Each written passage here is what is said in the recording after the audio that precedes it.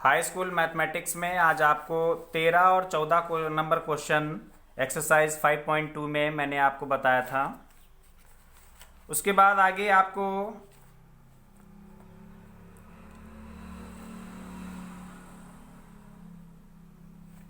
एक बच्ची ने सवाल पूछा था मुझसे, पहले का दूसरा और दूसरे का दूसरा। ये दो क्वेश्चन पूछे थे, तो पहले मैं ये क्वेश्चन आपको बताता हूँ। तो पहले का दूसरा क्वेश्चन आप देख लीजिए कि दिया हुआ है a बराबर, जो दिया है नोट कर लेते हैं, -18, n बराबर 10 दिया हुआ है और an इज इक्वल टू 0 दिया है और d की जगह खाली स्थान यानी d निकालना है।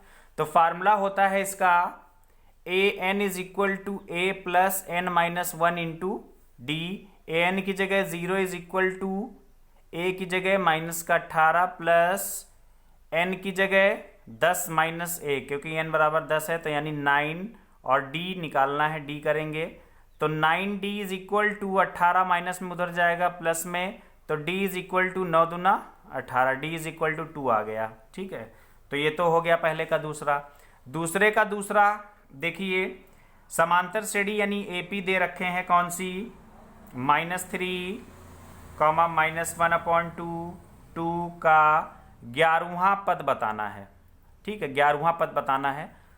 तो इसमें यानी t क्या क्या दे रखा है, पहले a इज इक्वल टू -3 और d इज इक्वल टू क्या होता है, कोई पद, यानी कोई पद माइनस पूर्व पद, तो माइनस का -3, तो ये आ जाएगा माइनस का 1/2 माइनस माइनस प्लस का 3, तो एलसीएम ले लेंगे 2, यहाँ -1 आ जाएगा प्लस का 2, 3 दूना 6, 6 में 1 जाएगा 5/2, यानी d बराबर आ गया 5/2। तो हमें a पता चल गया और d पता चल गया। a और d पता चलने के बाद अब 11वां पद निकालना यानी t11 निकालना है। तो tn बराबर फार्मूला होता है tn बराबर a plus n minus 1 into D, ये फार्मूला होता है। तो t11 हो जाएगा a प्लस n माइनस 1 यानी 11 माइनस 1 यानी 10d। तो a का मान -3 प्लस 10d का मान 5/2, d का मान 5/2, 2 एकम 2, 2 पंची 10, तो यानी -3 और प्लस 5 25, 25 में 3 घट जाएगा, कितना आ जाएगा 22। तो यानी t11 कितना आ गया इसमें 22, t11 आ गया आपका 22 आंसर। तो ये दो क्वेश्चन हो गए। अब आते हैं सवाल नंबर 13।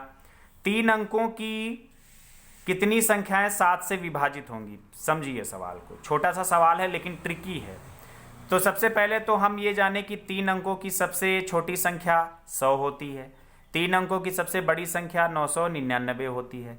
अब 3 अंकों की सबसे छोटी और सबसे बड़ी संख्या से हम ये देखते हैं कि 7 से कौन सी सबसे बड़ी छोटी संख्या, 100 से बड़ी कौन सी सबसे छोटी संख्या 7 से कटती है।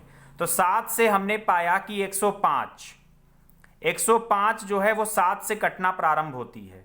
7 एकम 7, 3 बचा 35 हो गया, 5 7 पंचे 35 यानी 105। 105 के बाद आगे क्या मिलेगी 112, 7 जोड़ेंगे तो 12 आएगा, 12 भी 7 से कटेगा, फिर और आगे 12 जोड़ेंगे तो 7 जोड़ेंगे तो 119, तो 119 भी कट जाएगा 7 से।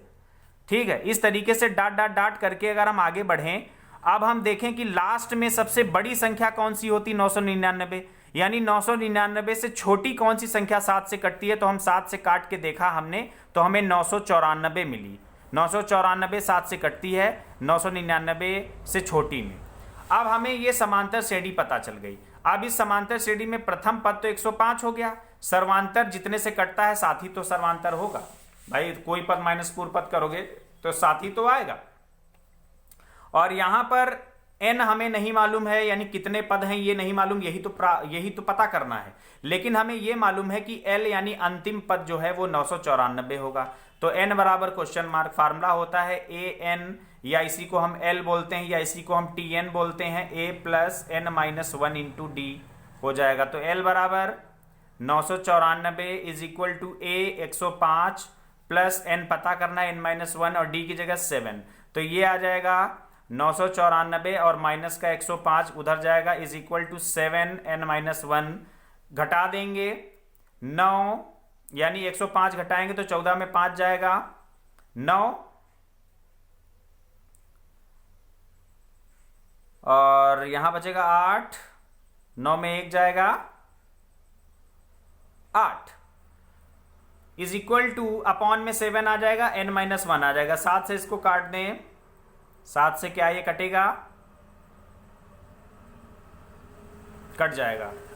7 एकम 7, 1 बचा 18 हो गया, 7 दूना 14, 4 बचा 49 हो गया, 7 सत्ते 49। तो n-1 बराबर 127, तो n बराबर 127, ये माइनस उधर जाएगा प्लस, यानी n बराबर 128। ये इसका आंसर हो गया। तो ये क्वेश्चन हो गया, ठीक है। ये क्वेश्चन थोड़ा ट्रिकी था। 13 नंबर क्वेश्चन। 14 नंबर क्वेश्चन में आपको क्या करना है कि 10 और 250 के बीच में, यानी ना 10 शामिल है ना 250 शामिल है, 4 की गुणज यानी 4 से कटने वाले। तो 4 से कटने वाला 10 से बड़ा, यानी 10 और 250 को छोड़ के इनके बीच में, तो ये आई थिंक 12, 4 3 12, और उसके बाद 4 चौक 16, 4 पंचे 20, और ये 250 कटेगा कि नहीं 4 से, 4 चौक 16, 4 पंचे 20, 4 छंग 24, 4 छंग 24, और 1 बचा। तो आगे और कौन सा होना चाहिए, अगर हम 10 लेंगे तो ये छोटा होना चाहिए। 4 छंग 24 यानी 240, ये लास्ट में आ जाएगा 240। 240 4 से कटेगा, ठीक। तो ये यहां पर हमें देखिए जैसे वो किए थे, a बराबर 12 हो गया, d बराबर 4 की गुणज है, और l बराबर 240 है। इस तरीके से n निकालना है, तो बिल्कुल पहले की तरीके से कैलकुलेट कर लेंगे, ठीक। तो इस तरीके से ये 2 सवाल हो जाएंगे। 15 नंबर क्वेश्चन में 2 समांतर श्रेणियां हैं। तो पहली समांतर श्रेणी का प्रथम पद a1 सर्वांतर d1 मान लेना, तो इसका tn जो होगा वो हो जाएगा a1 plus n-1 into d1 हो जाएगा। इसी तरीके से सेकेंड समांतर श्रेणी का, यानी पहली समांतर श्रेणी का a1 d1, और इसको मान लेना a2 d2 मान लेना, तो tn डैश जो है इसका हो जाएगा a2 plus n-1 into d2 हो जाएगा।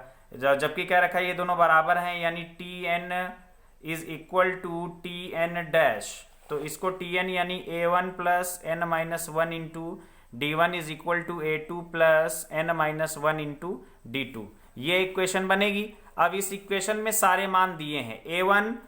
a1 आपका 63 है, d1 कोई पद माइनस पूर्व पद यानी 65 माइनस 63 यानी आ जाएगा 2। इसी तरीके से a2 आपका 3, और d2 कोई पद माइनस पूर्व पद यानी 10 माइनस का 3 यानी ये आ जाएगा 7। तो सारे मान आपको दिए हुए हैं, चारों मान यहाँ पे रख के कैलकुलेट करेंगे, तो आपका कैलकुलेट करके पक्षांतर करके n का मान निकाल लेंगे, यही आपको चाहिए, ठीक है। इस तरीके से ये सवाल नंबर 15 तक आप लगा के लेके आएंगे।